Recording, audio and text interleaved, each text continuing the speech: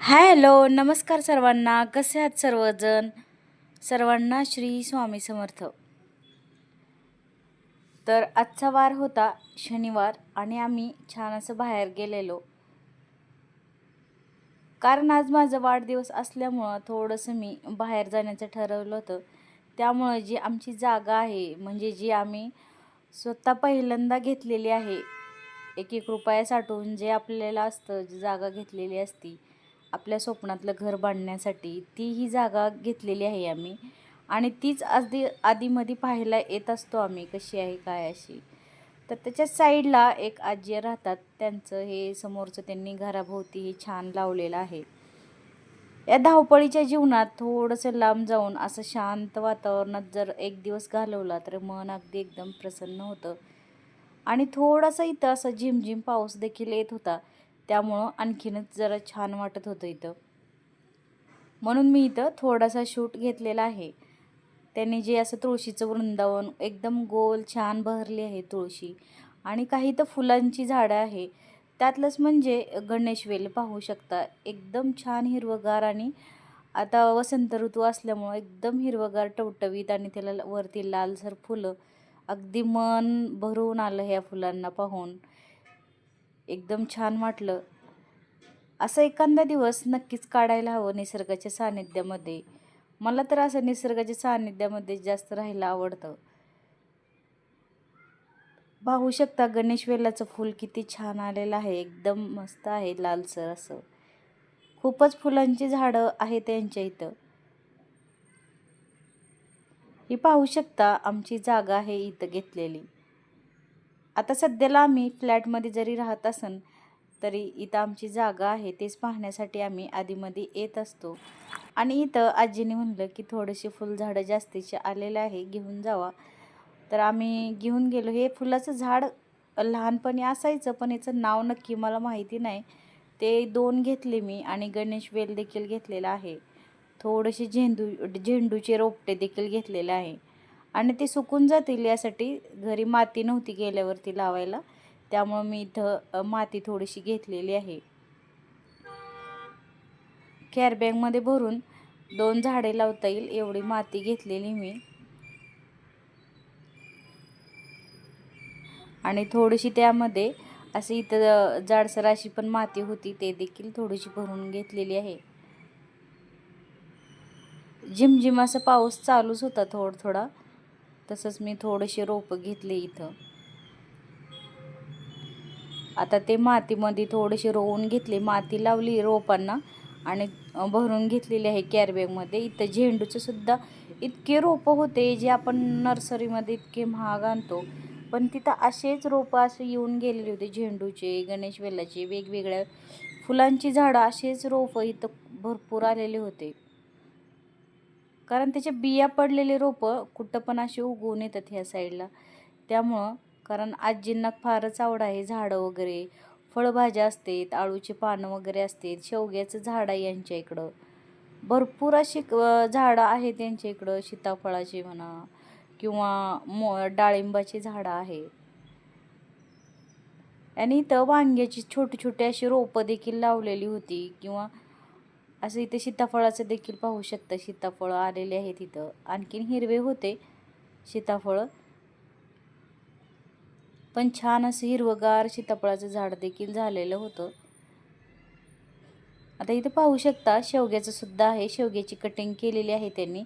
आणि इथं पपईचं सुद्धा झाड आलेलं आहे छान असं. गेल्या वर्षी यांच्या इथं पेरूचं झाड होतं, इतकं गोड होते पेरू त्याला, पण ते झाड खराब झालं नंतर, त्यामुळं त्यांनी दुसरं एक झाड लावलेलं आहे छान असं पेरूंचं.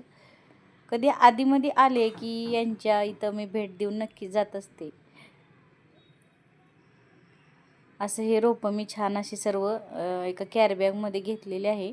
हे आता घरी जाऊन मी लावणार आहे एका कुंडीमध्ये. वेगवेगळे अशी 2-4 रोपं मी इथं घेतले आजीकडून.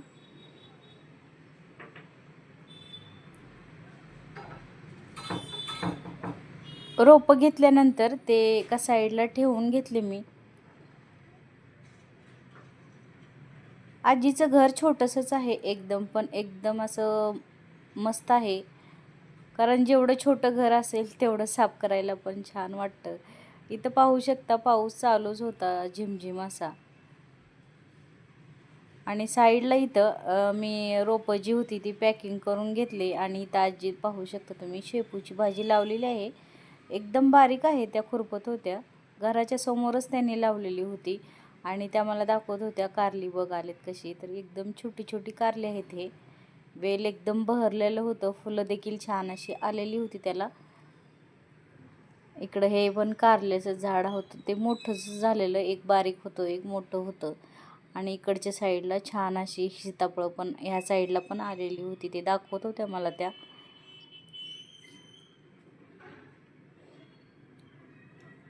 एकदम शेपू बारीक असल्यामुळं ते खुरपून असं काढत होत्या. जिथे जिथे शेपू बारीक आले तिथले काढत होत्या त्या, आणि मोठी आहे ते तसेच ठेवत होत्या.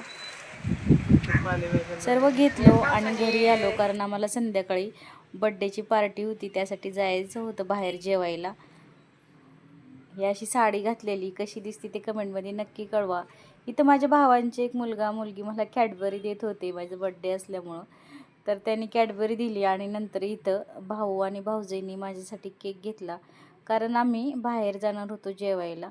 त्यासाठी भाऊ म्हणला मी केक घेतो, त्यामुळं त्यांनी इथं केक घेतला. कॅन्डल्स वगैरे आणि केक काय घेतले दोघांनी. आणि नंतर आम्ही इकडं जेवण्यासाठी आलो हॉटेलमध्ये. आमच्या जवळपासच आहे हे. छान आहे, पण नॉनव्हेज स्पेशल आहे हे. आणि मी तर नॉनव्हेज खात नाही, त्यामुळे जे नॉनव्हेज खाते त्यांच्यासाठी एकदम मस्त आहे हे हॉटेल. आणि इथं मुलांनी काही चायनीज वगैरे घेतलं खाण्यासाठी, नूडल्स वगैरे किंवा ते मंचुरियन फ्राईड राईस वगैरे घेतलं त्यांनी, कारण त्यांचं हॉटेलमध्ये येऊ ना कुठे जाऊ त्यांचं हेच असतं. आम्ही पनीरची भाजी घेतली आणि पनीर टिक्का मसाला घेतला आणि काजू करी घेतली, आम्ही काजू मसाला घेतला. इथे फिश पण घेतली एका मुलीने आणि त्यांनी खाल्ले. नंतर इथं काहीतरी त्या हॉटेलमध्ये कार्यक्रम होता, सेवानिवृत्तीचा कार्यक्रम झालेला होता, त्याची काहीतरी पार्टी होती. ते सुद्धा चांगलं इथं छान मोठे मोठे कार्यक्रम होतात या हॉटेलमध्ये. आणि छान देखील आहे, एकदम गार्डन आहे मस्त इथं लहान मुलांना खेळण्यासाठी. नंतर इथं भावानी जो केक आणलेला होता तो कट करून घेतला.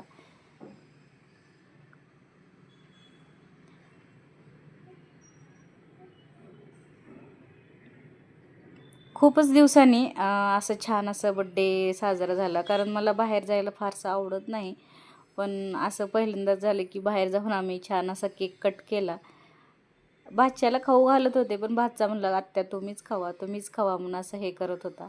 नंतर केक वगैरे चारला त्यांना, भावाला वगैरे चारला, मिस्टरांना चारला केक दोघांनाही, आणि भावजाईला सुद्धा चारला. नंतर आम्ही काही फोटो सेशन केले थोडे थोडे. नंतर इकडं तिकडं जरा फिरलो आम्ही, कारण जेवण फुल झालेलं. छान असं सगळीकडचं वातावरण मस्त झालेलं होतं. आणि बारीक असं इथं पण पाऊसच चालू होता. संध्याकाळची वेळ होती, वेळ खूप होत होती, त्यामुळं मी सर्वांना म्हणत होते चला घरी, आता चला घरी. पण मुलं काही गार्डनमधून निघायला बाहेर तयारच नव्हते, झोका वगैरे खेळत होते ते, त्यामुळं बाहेर निघायला तयारच नव्हते. पण उशीर झालेला खूप, त्यामुळं मी त्यांना म्हणलं चला चला पटकन घरी, कारण यायला पण उशीर होतो नंतर घरी. थोडेसे फोटो काढले, व्हिडिओ काढले पोरींनी. आणि नंतर माझ्या भाच्याने असं मला फुलं दिले, तिच्या मम्मीला फुलं दिले. सर्वजण असे तिथलीच फुलं तोडून तिथंच देत होते आम्हाला सर्वांना. नंतर सर्व जेवण वगैरे आटोपलं आणि नंतर आम्ही घरी जाण्यासाठी निघालो.